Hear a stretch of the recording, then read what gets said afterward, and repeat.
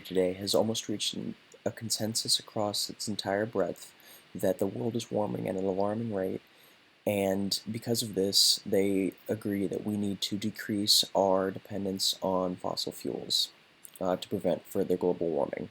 To this end, we have a growing reliance on alternative energy sources. Uh, some of these are wind, solar, geothermal, and the subject of this speech today, which is nuclear energy. Of all these examples, nuclear has the least drawbacks and the greatest benefits, in my opinion. And if nuclear energy was more widely accepted and better understood, the world would have easier access to a clean, cheap, nearly infinite power source that can be used by everyone and anyone. In this speech, I would like to discuss the drawbacks of conventional alternative energy sources.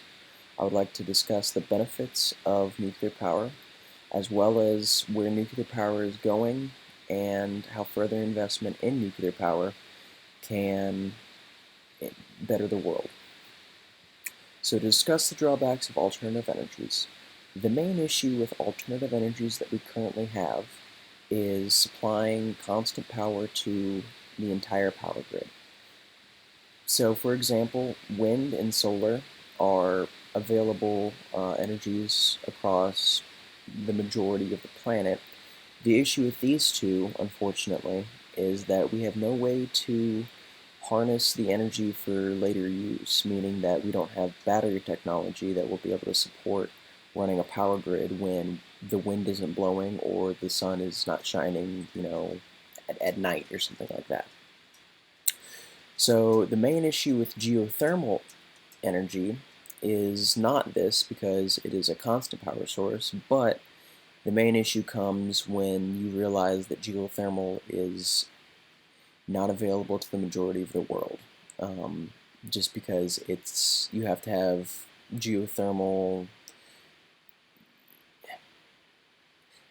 there has to be volcanic activity for geothermal to work, and that's just not something that the majority of the world has access to. So now that we've discussed some of the drawbacks of alternative energies, let's discuss the benefits of nuclear power. So overall, nuclear power has a much lower death rate across the entire world than fossil fuels, in that fossil fuels cause cancer. Um, so when nuclear disasters do happen, which is admittedly very rare, they are catastrophic, but they are entirely preventable. For example, Fukushima occurred because a retaining wall to hold out seawater was not built high enough, and Chernobyl occurred because the graphite rods that were being used in the core were accelerated the nuclear nuclear fission that was happening in the core. And this combined with human error in operating the reactor itself led to the detonation of the reactor. So the reason why nuclear is so safe is because it's so incredibly highly regulated.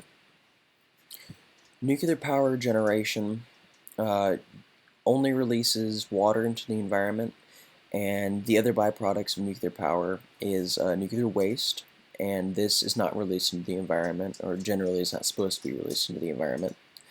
And one of the other main benefits of nuclear power is the fact that it is a constant power source, that there's power on demand, and you can generate a nearly infinite amount of nuclear energy for very, very cheap. So now that we've discussed some of the benefits of nuclear energy, let's discuss the history of nuclear energy as well as where the trajectory of nuclear energy is leading in our current world. So nuclear reactors date back to the latter part of World War II. At this time, they were being used to generate weapons-grade plutonium, and this led us to the Cold War, where nuclear reactors were starting to be built more in a greater amount across the world. But this was still primarily to generate weapons-grade material to proliferate the arms race. A secondary aspect of this was the power generation, which is what we're talking about today. So now that the Cold War is over, uh, research into nuclear reactors has slowed significantly because world governments are not as concerned with building atomic bombs because we're not all trying to kill each other at this point. Um, Fortunately, China has recently begun development on something called a thorium salt reactor.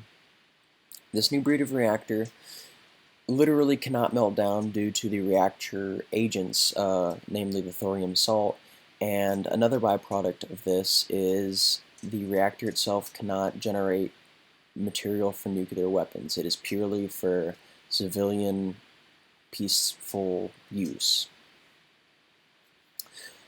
So someday it is believed that nuclear energy will advance to the point where we will have access to nuclear fission as opposed to nuclear fusion, which we currently use.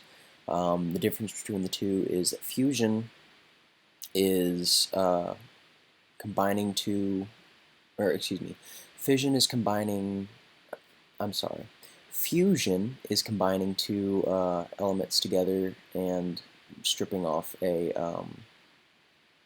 neutron, whereas fission is separating two elements apart, uh, and it is extraordinarily much more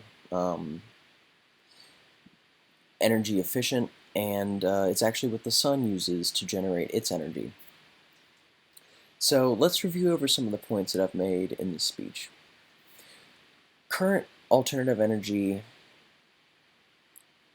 sources have their issues associated with them.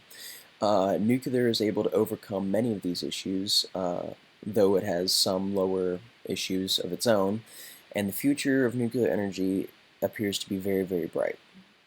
Because of these factors, I personally feel that nuclear energy is the obvious choice and needs to be more heavily invested in the upcoming years so that we can get away from fossil fuels and hopefully slow down global warming.